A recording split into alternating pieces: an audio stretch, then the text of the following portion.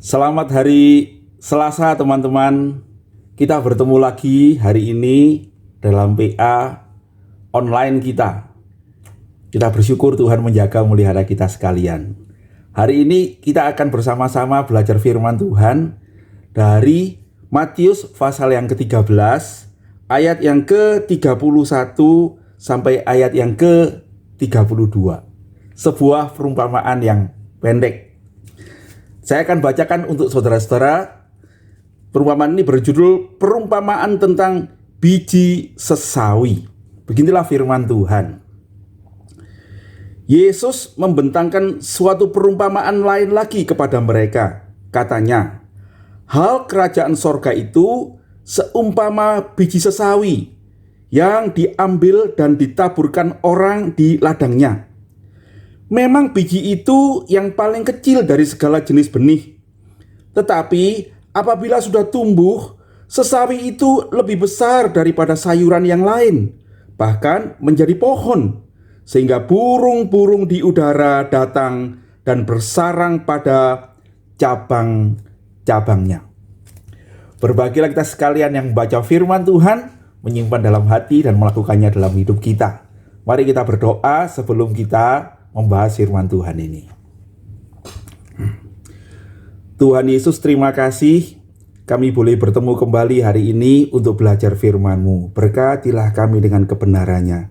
Dan tolonglah kami bukan hanya mendengar kebenaran, memperhatikan kebenaran itu, tetapi kami sungguh melakukannya. Karena begitulah Engkau mengendaki supaya hidup kami dituntun oleh firman-Mu. Terpujilah nama-Mu Tuhan. Demi Yesus Kristus Juru Selamat kami yang hidup, kami berdoa dan mohon pimpinan. Amin. Dikatakan bahwa hal kerajaan sorga itu seumpama biji sesawi yang diambil dan ditaburkan orang di ladangnya, lalu menjadi besar. Jadi hal kerajaan sorga itu adalah sesuatu yang dimulai dengan sesuatu yang kecil, tetapi kemudian kalau dia bertumbuh, dia kemudian menjadi besar. Ya, nah itu ya.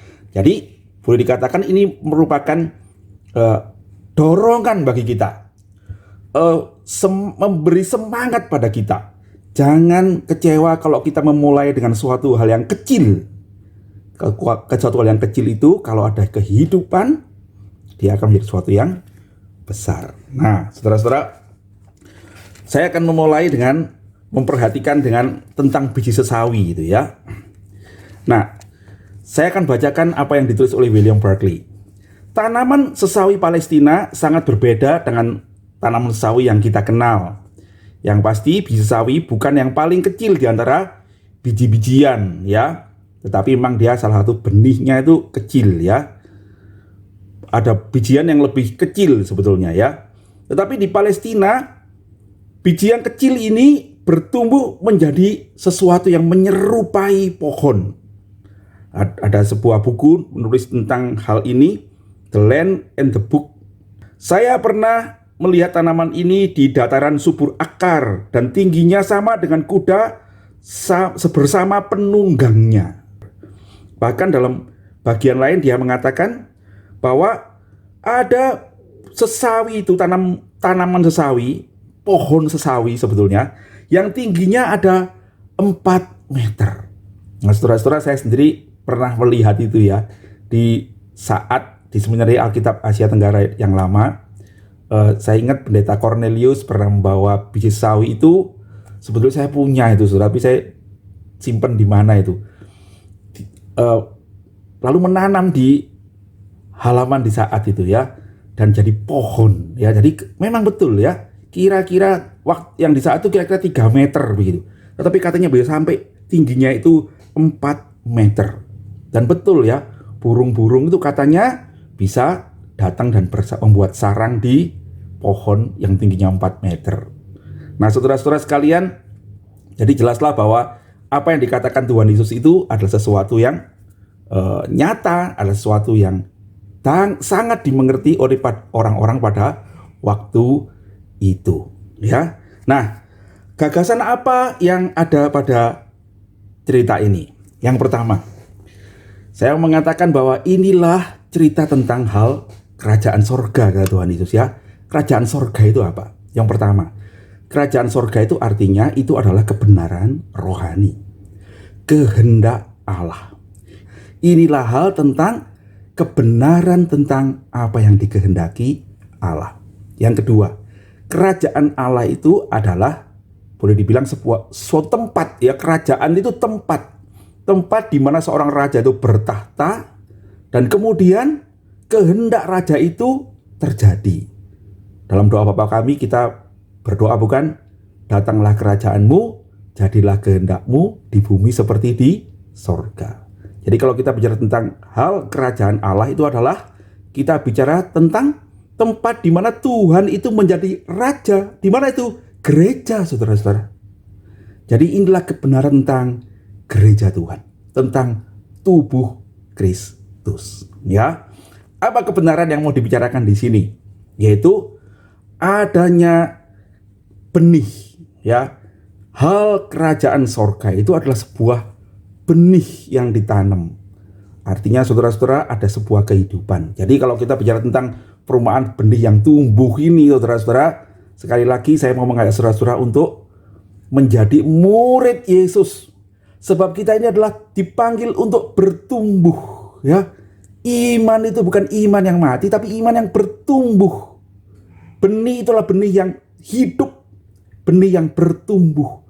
Mulainya kecil, tetapi harus ada kehidupan. Apa iman yang bertumbuh?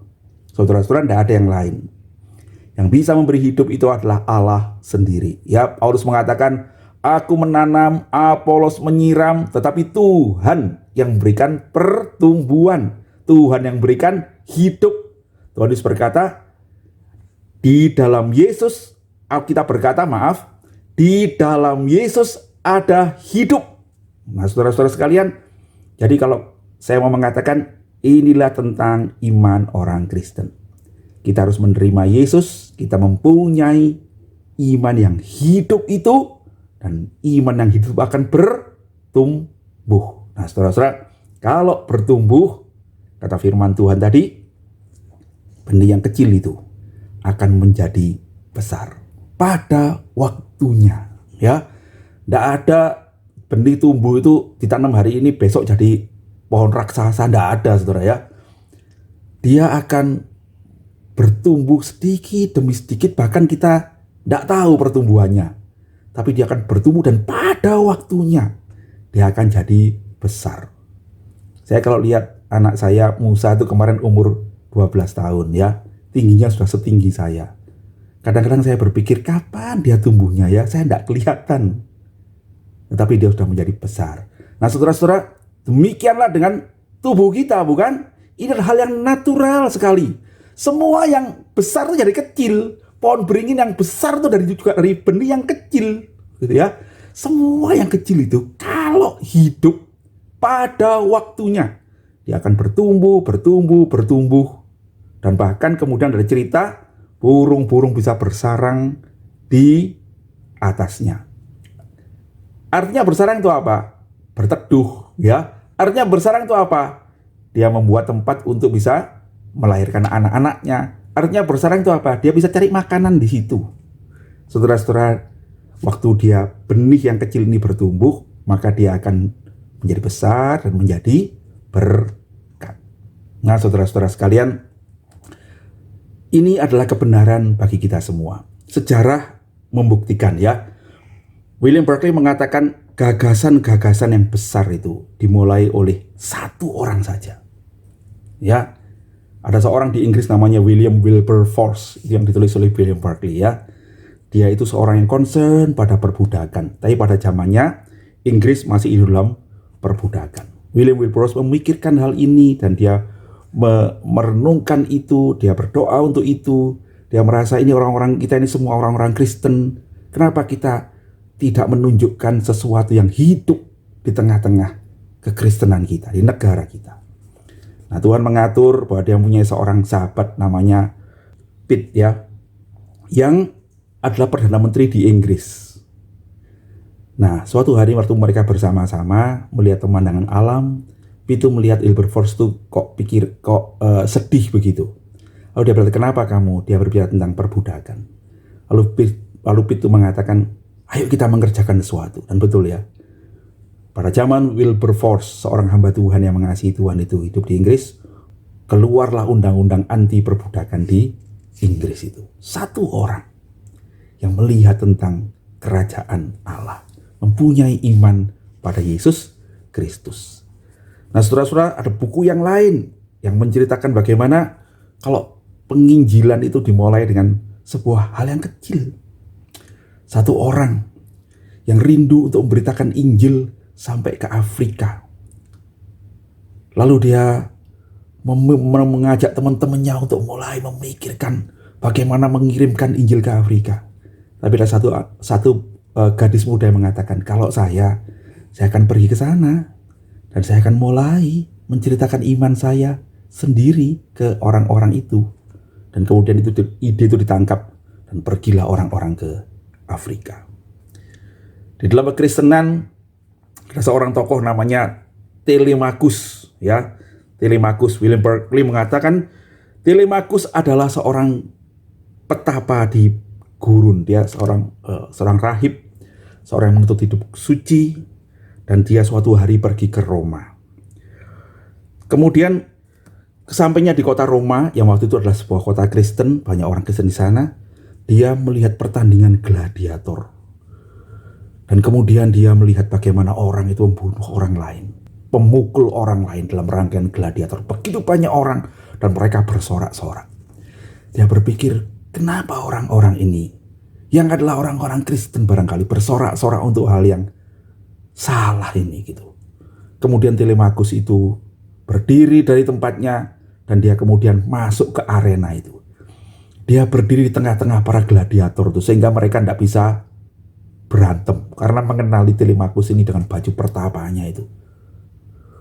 Orang-orang berteriak, keluar, keluar, tapi dia di situ. Orang-orang melempari batu, tapi dia di situ. Orang-orang kemudian penjaga-penjaga itu menyeret dia, melemparkan ke pinggir. Dia bangun dan kembali ke tengah-tengah lagi.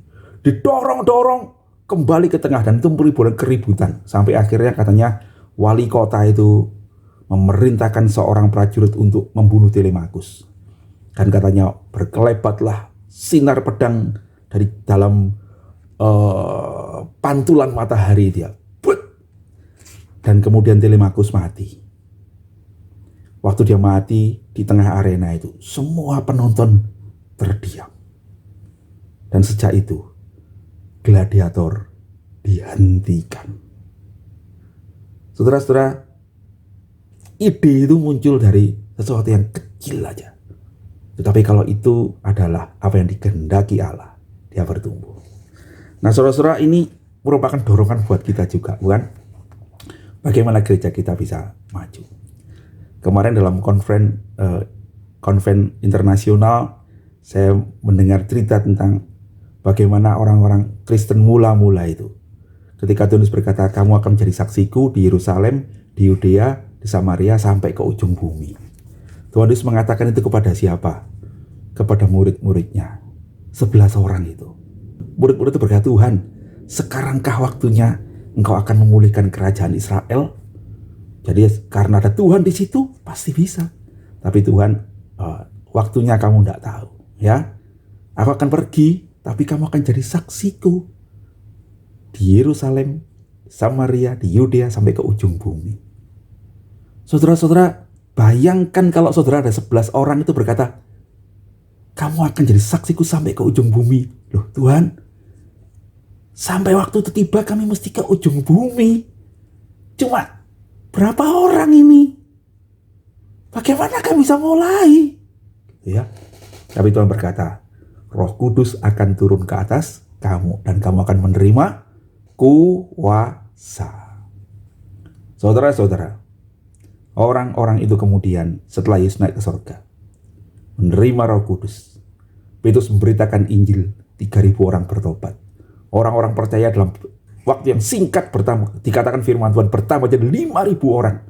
Dan kemudian datanglah penganiayaan, mereka terserak. Dan kemudian Injil diberitakan sampai ke Samaria, ke Yudea, Israel Utara, Israel Selatan. Lalu bertemu dengan Antioquia ketika ada sida-sida yang bertobat. Dan kemudian Saulus dipanggil, memberitakan Injil sampai ke Roma. Mulainya dari mana? dari orang-orang yang sedikit, tetapi yang di dalamnya ada kehidupan yang berasal dari Allah, Roh Kudus yang menghidupkan itu. Saudara merenungkan ini, mari kita berpikir untuk diri kita sendiri.